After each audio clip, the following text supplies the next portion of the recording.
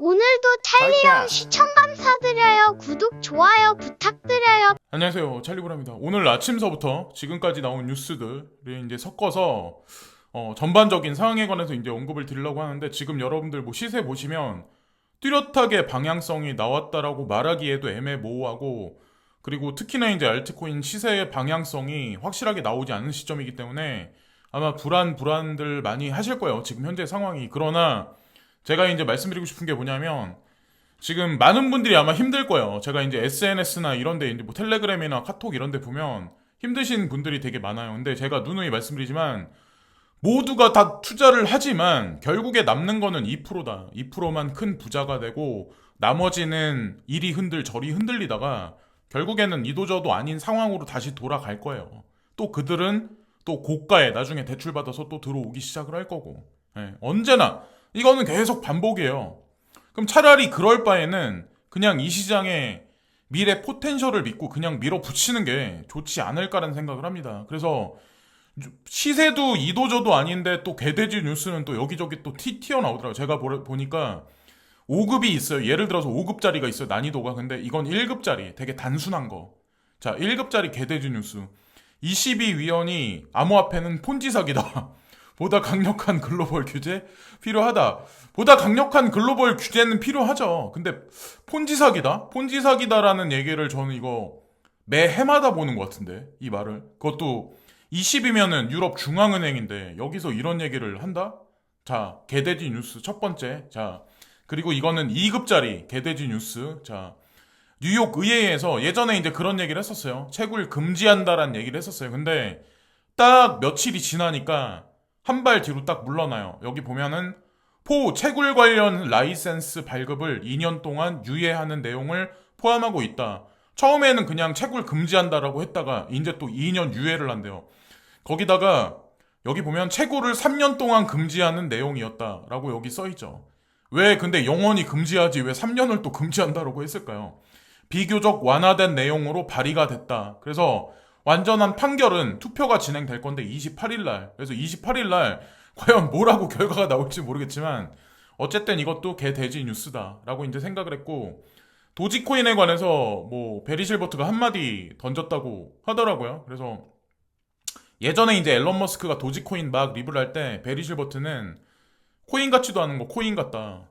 립한다. 나는 도지코인은 인정 안 한다는 식으로 이제 발언했는데 급작스럽게 이렇게 말을 했잖아요. 여러분들 이제 보셔야 되는 게 뭐냐면, 베리 실버트는 이미 예전에 도지코인을 무시했을 때도 이미 도지코인의 포텐셜을 알고 있었을 거예요.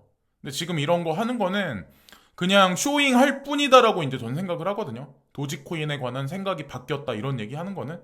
그래서 그런 관점으로 그냥 가볍게 보시면 어떨까라는 생각을 합니다. 일단 가장 중요한 건, 도지코인은 앨런 머스크가 무슨 생각을 하고 있냐, 과연 테슬라하고 엮어서 트위터하고 엮어서 과연 어떻게 인프라를 구축할 건가, 거버넌스 형성을 할 건가, 이게 더 중요하다라고 저는 생각을 하고, 향후에 인플레이션이 지속적으로 계속 올라갈 거야 라고 이제 구독자님 중에 한 분이 이제 직접 현재 이제 카타르에서 근무하시는 분인가 봐요. 이거는 현지 뉴스기 때문에 우리가 매일매일 보고 있는 특히나 이제 국내 미디어 개돼지 뉴스보다는 훨씬 더 아마 현실적이라고 저는 생각을 해요. 그래서 어쨌든 좋은 글 진짜 이 시간 내셔가지고 적어주셔가지고 진심으로 이제 감사드립니다. 이분은 어떤 거냐면 현지 뉴스라서 이제 중요하고, 카타르 가스에서 일하는 항해사입니다. 자, 그러니까 LNG 선이나 이런 거에 관해서 이제 잘 아시겠죠? 그래서 첫 번째, 두 번째 이렇게 적어주셨는데, 찰리님 늘 말씀하시는 대로 현재 러시아 에너지 공급 빈자리를 노리고 카타르에서 장기 계약으로 유럽에 공급할 거라지요. 실제로 저희 회사 대부분 LNG선 노선이 아시아에서 유럽으로 전향 중입니다. 현재 대부분 유럽 기항으로 계획되어 있고요. 인플레이션 절대 못 잡습니다.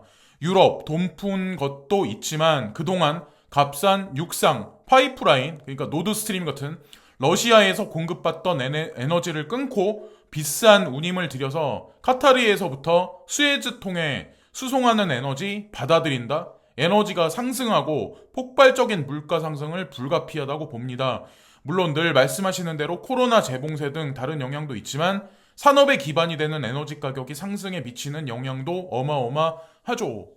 배를 통해서 운임이 들어가죠. 그럼 가스 가격이 올라갈 수밖에 없고 유럽의 인플레이션이 고스란히 전가될 거다. 근데 웃긴 건 이번에 프랑스 대선이 있었어요. 마린 르펜과 마크롱 대통령. 근데 마크롱 대통령이 다시 재선임됐죠. 그분이 이제 다시 들어가셨어요. 그러면 앞으로 이제 5년인데 5년 후에 이제 선거가 또 있을 텐데 마린 르펜이 됐다면 러시아를 옹호했겠죠. 그리고 EU에서 지금 금수 조치한다는 거, 러시아 에너지 금수 조치한다는 게 없던 일로 했겠죠. 근데 마크롱이 다시 재선임됐기 때문에 어떻게 되겠냐?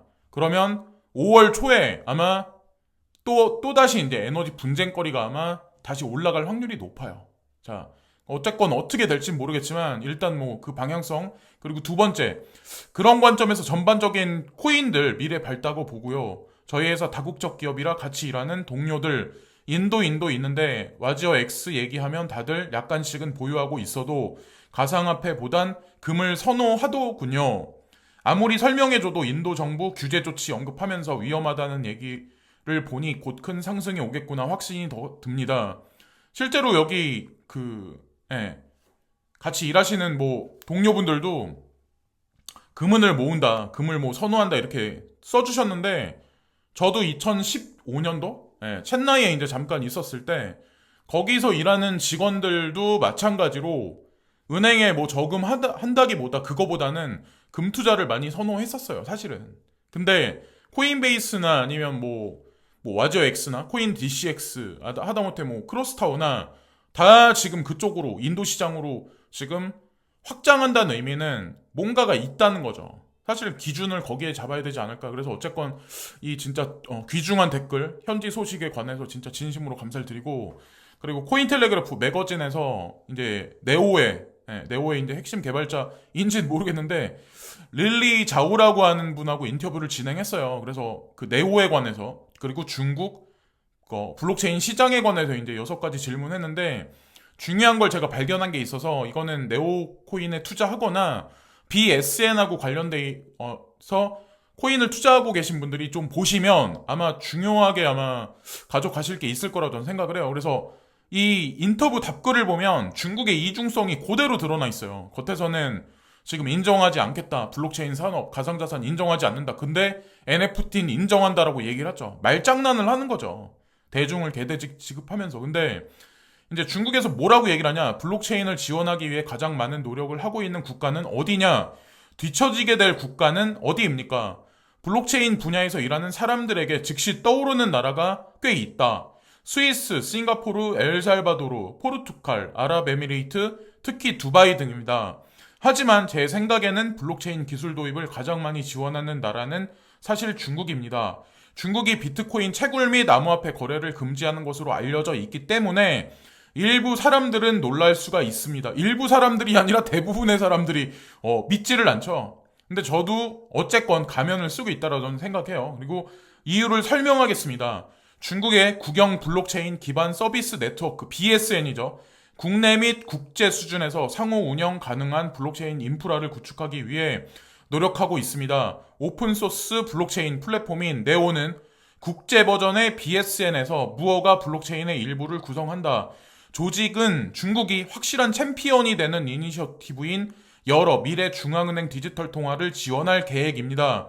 국가 차원에서 BSN은 NFT의 대규모 발행 또는 분산형 디지털 인증서를 네오에 G쾌한 체인을 통해서 있습니다. 이는 중국이 선호하는 대체 이름입니다. BSN의 기술 지원 제공 업체인 레드데이트 테크놀로지의 CEO인 히이입바는 중국의 NFT는 앞으로 수십억 개의 연간 생산량을 보게 될 것이라고 말했습니다. 디지털 인증서라는 용어의 사용은 기술을 사용하여 자산을 디지털화하고 스마트 계약을 통해 종이 기반 프로세스를 자동화할 수 있음을 나타냅니다. 자, 지금 현실적인 무슨 의미인지 아마 아실 거예요. 이해를 못 하시는 분들도 있겠지만 그래서 네오가 BSN에서는 되게 중요한 역할을 할 거고 모든 물리적인 모든 어떤 그런 것들은 NFT를 통해서 디지털화돼서 그게 중국 정부와 같이 움직일 거다. 뭐 이런 얘기를 지금 하고 있는 거죠. 어쨌건 BSN하고 관련돼 있는 게 또 이오스죠. 이오스라는 또 코인도 있죠. 그 관련돼 있는 여러 가지 테조스도 있고 여러 가지 코인들이 있는데 끝까지 하여튼 지켜보세요. 예, 계속 문호를 닫혀놓진 않고 결국엔 열 수밖에 없어요. 그리고 제가 이제 한 가지, 자, 대만에 관해서 이제 향후 장세 이제 어떤 그 방향성에 관해서 한 가지 뉴스를 보고 이제 언급을 드리려고 하는데, 어떤 일이 있었냐면 4월 11일 날 대만에서, 대만 뉴스인데, 퇴역한 미국 연안 전투함 구매 고려. 그것도 신형 전투함도 아니고 퇴역한 미국 연안 전투함 구매를 고려하고 있다. 그래서 이게 결정된 건 아니에요. 결정된 건 아닌데, 후문에 의하면 지금이 4월 말로 향하고 있잖아요. 근데 대만에서 이 퇴역한 미국 연안 전투함 구매를 취소했어요. 거부했어요. 이게 어떤 거냐면, 미국은 본인들이 지금 보유하고 있는 팔리지 않았던 이제 창고에 쌓여있던 재래식 무기를 타이완에다가 이제 구매를 독촉을 했었어요. 근데 대만은 원래는 거부하지 않았었어요. 근데 지금 거부하기 시작을 했어요. 이 전투함을 시작으로 해서. 그럼 과연 어떻게 될까요? 쿼드에서는 과연 어떻게 될까요? 쿼드에 대만을 가입을 시켜주면 이 미국에서 이 무기를, 재래식 무기를 팔아 먹을 수 있을까요? 없을까요? 쿼드에 가입을 시켜준다는 의미는 뭐냐? 미국이 나서서 중국이 대만으로 들어가면 이거를 방어해줘야 된다는 얘기거든요. 쿼드에 있는 모든 국가들이 똑같이 전부 다. 근데 그러기 때문에 오히려 미국이나 그 몇몇 국가들이 앞장서서 대만의 쿼드 가입을 막을 가능성이 상당히 높지 않을까. 쿼드에 가입시켜주면 오히려 본인들이 가서 이거를 해줘야 되는데. 예. 근데 웃긴 거는 TSMC가 이미 기지를 미국에다 지금 건설하고 있어요. 반도체 회사가.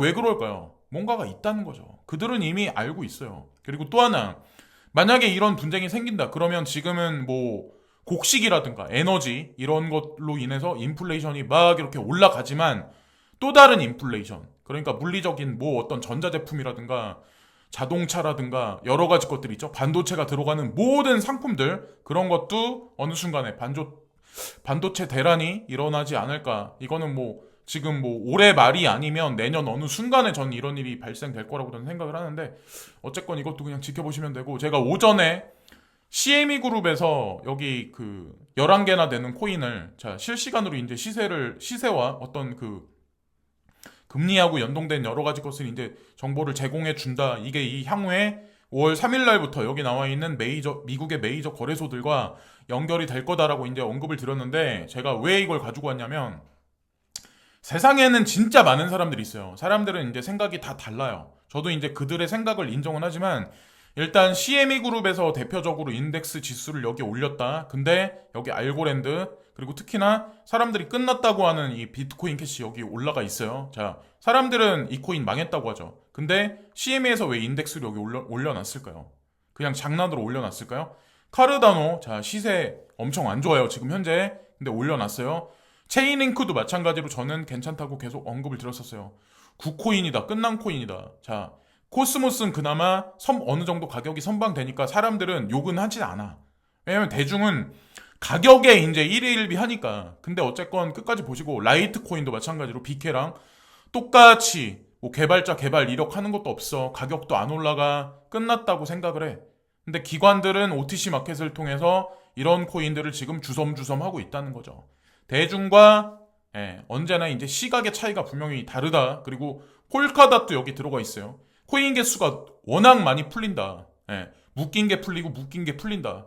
자, 그래서 결국에 가격이 못 올라갈 거다라고 이제 생각들을 하지만, 제가 이제 개인적으로 보기엔 솔라나 못지않은 아마 퍼포먼스가 향후에 있지 않을까. 뭐 솔라나는 가격이 워낙 단기간에 많이 올라갔기 때문에 이 코인을 욕하는 사람은 없어요. 그리고 보여지는 게 워낙 많잖아요. 그래서 이거는 제가 체크를 하지 않았어요. 여기 유니스왑도 마찬가지고. 근데 스텔라 루멘도 XRP에 관해서 대중들한테 별로 이렇게 지명을 못 받았죠. 어쨌건 그런 관점에서 보시면 어떨까라는 생각으로 쓱 지나가는 김에. 그래서 어쨌건 저는 오늘도 이제 언급 드리는데, 제가 여기 나와 있는 코인들은 몇 년 이상 가지고 있는 것도 있어요. 여기 실제로 뭐 GCash는 참고로 뭐 해킹됐을 때, 그리고 한국거래소에서 상장 폐지 됐을 때도 이제 가지고 있었고, 호라이젠은 외국 거래소에 가지고 있는데 그 해당 거래소가 호라이젠을 이제 상장 폐지하면서 그 코인을 이제 한국 거래소로 가지고 왔다가 또다시 이제 지갑으로 보냈다가 뭐 여기저기 이제 저도 거래소에 남겨놨는데 어쨌건 뭐 비케나 이더리움 클래식도 그렇고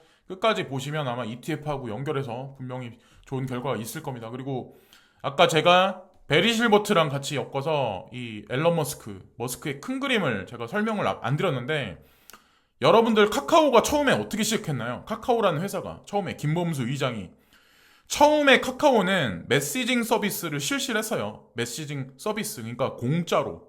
근데 이거 갖다 과연 뭘 할까? 지금 카카오가 얼마나 많은 사업을 하고 있을까요?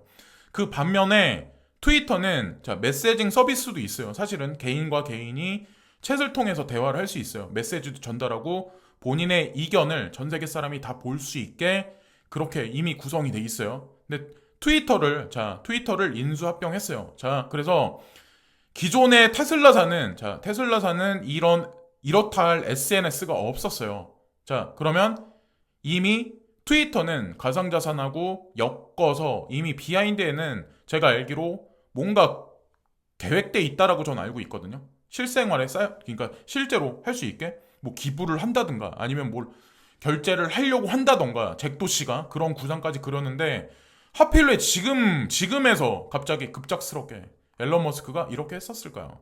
카카오를 보시면 아세요. 카카오. 그래서 테슬라는 분명히 트위터를 통해서 뭐 결제라든가 뭐 여러 가지 큰 그림을 그리면서 움직이는 게 아닐까. 그래서 도지코인에 관해서 희망의 로를 끝까지 돌리시는 게 좋지 않을까라는 생각을 합니다. 그래서 SNS, 가상화폐, 테슬라 이 세 가지 단어를 한번 엮어서 결론을 한번 도출해 보시면 아마 큰 그림이 앨런 머스크가 그리는 아마 엄청 큰 그림이 아마 보이실 거라고 저는 생각을 합니다.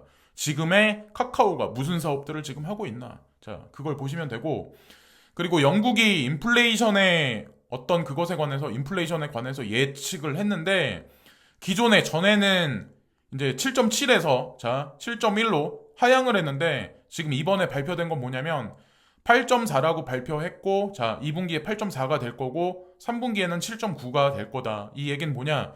금리가 하반기로 가면 갈수록 그러니까 그 인플레이션이 하반기로 가면 갈수록 하락할 거란 얘기죠. 8.4에서 7.9라고 얘기했단 얘기는 그러면 금리도 마찬가지로 고금리야. 하반기로 갈수록 고금리야. 시장이 싸그리다 무너질 거야 라고 예측을 하는 게 아니라 지금 영국에서 이 발표한 인플레이션율을 보면 금리를 전강 후약으로 볼 수가 있죠. 그래서 중금리 기조로 갈 가능성이 높지 않을까. 그리고 정강 후약으로 이렇게 보시면 어떨까라는 생각을 합니다. 오전에도 이제 제가 언급드렸었는데 그리고 인컴 샤크 요즘에 이제 참 잘 맞춰요. 웬만한 사람들보다는 잘 맞추는 편이에요.